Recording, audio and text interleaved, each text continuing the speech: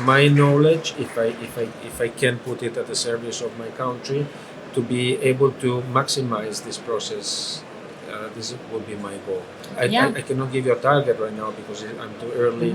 I'm too young. 20 days, come on. 20 you can't days, give me a target? But no, it's very difficult. But Italian Wine Podcast. Chin Chin with Italian wine people.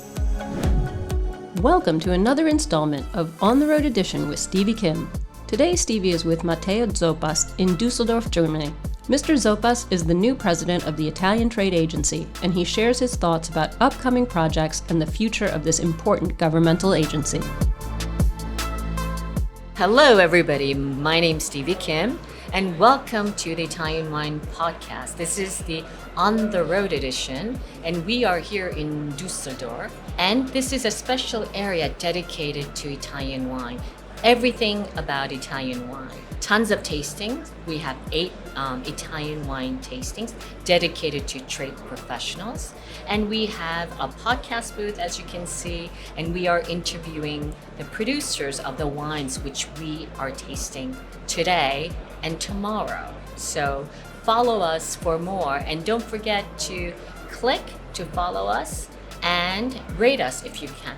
That would be really a great favor that we ask you. So today's guest, as a special guest, we'll have to be kind to him because it's his debut as the president of what I call ICE. What does ICE stand for?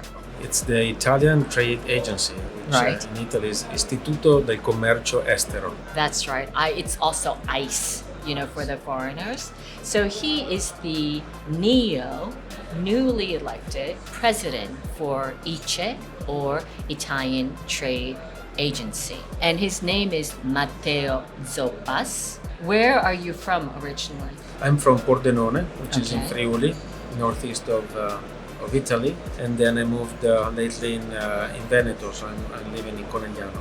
Conegliano, Valdobbiadene. It's close to Valdobbiadene, it's Okay. the Prosecco area. Yeah, everybody knows Right. Conegliano for, of course, Prosecco. So you are in Italian wine, in a way, a resident of Italian wine.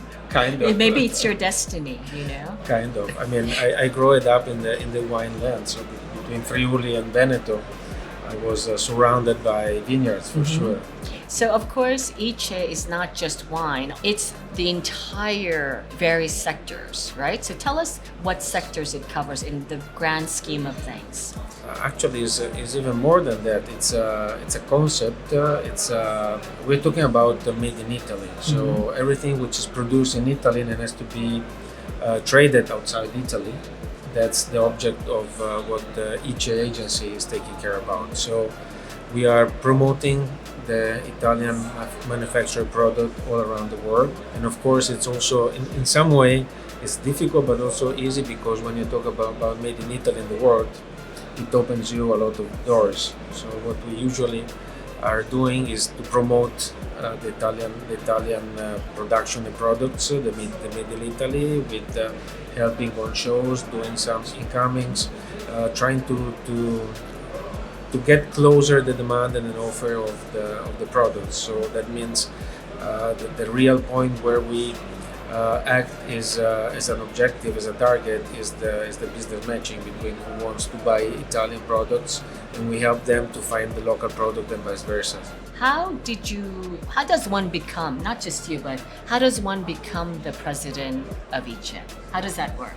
Well, aside the, let's say, bureaucratic way to get there, I think that someone has to be very sensitive to the made in Italy, has a know-how on the entrepreneurship business, and has some skills about, the institutions. So, of course, we are institution. We have to get connected with institutions. It's a long journey, but at the end, now I have this charge, and I hope that I will be able to do it at the best. So when did you officially become the president of ICE? 16 February 2023. So just now, basically, Just now, right? yes.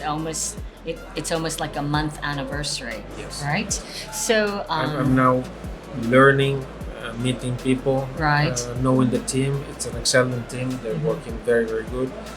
talented people. There are people that also, some of them are living abroad. There are 78 offices around the world. And 78 around the world in many countries where we are kind of a sentinels or satellites for people that would like to open new markets, so that they can call ICE, and we give a lot of services. We take care about shows, train some collective exposition on the shows. We organize incomes for buyers, for people that can make the difference, especially for a small and medium company in Italy. So, I mean, there's a lot of things to do. So tell us what you've been doing the past month or so. What is like your typical day?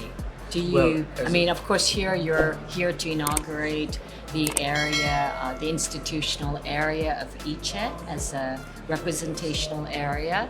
I imagine you do a lot of ribbon cutting. Is that a cliche? Or? That could be. I mean, that's the part of the job that you see. But of course, I mean, you have to give the guidelines to, I mean, to manage.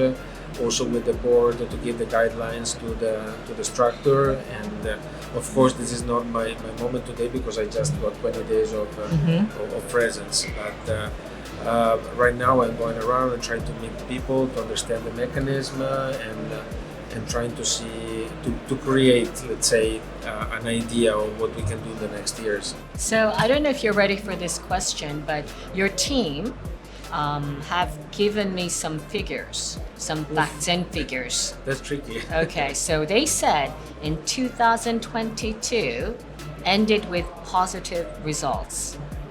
Let me translate that for you. 8 billion euro for exports. What are the predictions for 2023? That's a very difficult answer. For sure, you cannot say a number right now, or there could be a prediction, but it is made of many variables. For sure, we had a very, very tough period in the last 2 years. First, because of the COVID. You know, the COVID gave, especially to the export, tough times. There was markets opening and closing for all the lockdowns that we had. So every month you could have different scenario worldwide. And then especially you remember the Horeca business, because we're talking about wine as well, was really hard because we had total 100% lockdown on restaurants for a while. Then we had after the COVID started to reopen. You remember there was a moment where more or less when the vaccination started, give some trust on people. So the economy started to rise again, and in that moment, also the lockdown were opening again. So everybody started to reorder, and this was one of the reasons why the transportation collapsed. People wasn't even able to find containers around to go to the United States or to China. After the COVID, you remember we had also a conflict that started, and this. Especially for our companies, for our entrepreneurs, were very tough because the cost of the energy rose also 10 times. So the situation can be more positive than the second half of 2022, and I see entrepreneurs and people that are already, how do you say, restarting with the mood to have a good results. So these are some of the challenges, of course, the made in Italy had faced during the lockdown, and even till I would say very recently, and things are now starting to look. I mean, just look around you, right? I mean, this is very strange to me right now because no one's wearing a mask. After that, we have become much more resilient, right? As people, what do you think you would like to accomplish as the president? I don't have the, how do you say, bacchetta magica, the magic wand. Okay, thank you. You don't? I don't. I'm just, let's say, coordinating and possibly leading a group of many people, almost 1,000 people that are working on promoting and communicating and do everything what can be done to match business parts I hope that we will continue to do this, and my aim is to create a strong momentum to have our made in Italy increase more than it happened in the last 2 years. I cannot give you a figure, of course. Yeah. But I want to be able to have this structure run as well as it does until today, and maybe it can help by my entrepreneur background to give some added value that can be capitalized on more results. So can you share with us a little bit, your personal background as an entrepreneur, what you were doing prior to doing this job, as if you will? Yes, I would like to say that my previous job till 20 days ago was to sell and to develop a very important made in Italy brand around the world. The brand was already present in 100 states, but at the beginning was a beginning status. So I was knocking doors around the world to potential distributors. So let's say it's a very, very close by activity of what each is doing on the main business. So I feel very comprehensive of what is being doing right now, what they've been doing right now, and this is why I would like to be able to give some added value to the structure. Yeah, I think that's a great idea. So you've been in their shoes, right? You have exactly done what the entrepreneurs, the businessmen are trying to do. How to better promote made in Italy abroad. And now, let's say, I'm working with the other guys, colleagues, with an instruments that can help them. So I would like to be able to maximize the effectiveness of this instrument. When a project is presented to each with some commission that approves it, this and that, and we can prove that it's giving another, not only a promotion, but results on creating business opportunities around the world, we can approve it, put in some money and incentivating this. I would say that collective shows, present at the show, the main shows. In this case, we're talking about wine shows or fashion shows, and we give collectives where we also help the present companies to find potential clients. So we have in some cases we also organize incomings, especially in Italy, incomings of international buyers. So the people that can make the difference to our companies. There can be a buyer that choose a product or a company which is present that we match and can also double or triple the size, especially if it is a small or medium company. So we do incomings, we take also 150 buyers. We bring also people from the media to talk about Made in Italy, to talk about our excellences and our know-hows. We do promotions or communication about the Made in Italy around the world and on location that can help us. This is just some of the activities that we do. Of course, I've been personally working with Ice for many years now. I always say that this side of the incoming, stimulating incoming, as much as possible is the key to the success of Made in Italy abroad. Because with regards to wine, I always said that the French are not better in making wines. They don't have better wines. They don't have higher quality wines. But what they're very good is able to bring the buyers, their potential ambassadors, back to their community, back to their country, and then they can turn them into their ambassadors. In these 78, almost 80 offices that we have around the world, we have people there that is scouting for potential businesses. So there are a bunch of people that is in love with Made in Italy, and there are a bunch of people that doesn't know how to reach Italy and select products. So on the other side, we have a network outside, we have a network inside of Italy to reach these people with the association of categories or other institutions that help us to match these two sides. So coming back to your question, with my knowledge, if I can put it at the service of my country, to be able to maximize this process.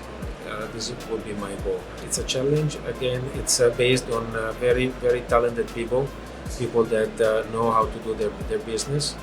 And I really hope that this is we can make another step forward. And I have to say that I excuse myself to the people that I didn't mention in this interview, but there is a very big potential. So I'm very happy to be in this place right now.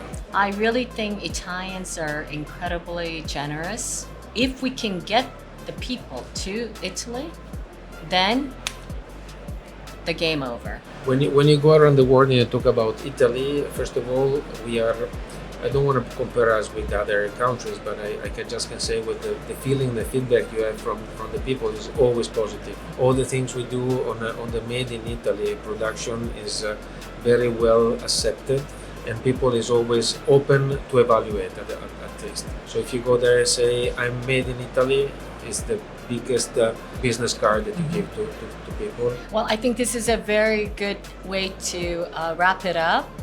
We have been speaking to Mr. Matteo Zoppas, the new president of ICE. So thank you for supporting us. And that is it. That is a wrap. And chin chin with Italian wine people. Until next time. Ciao ragazzi. Thank you, Steve. Good luck. And that's a wrap. For more fascinating stories from the world of wine, go to ItalianWinePodcast.com or find us on SoundCloud, Himalaya, Spotify, or wherever you get your pods. Don't forget to subscribe and like all our channels. Chin chin, and thanks for listening.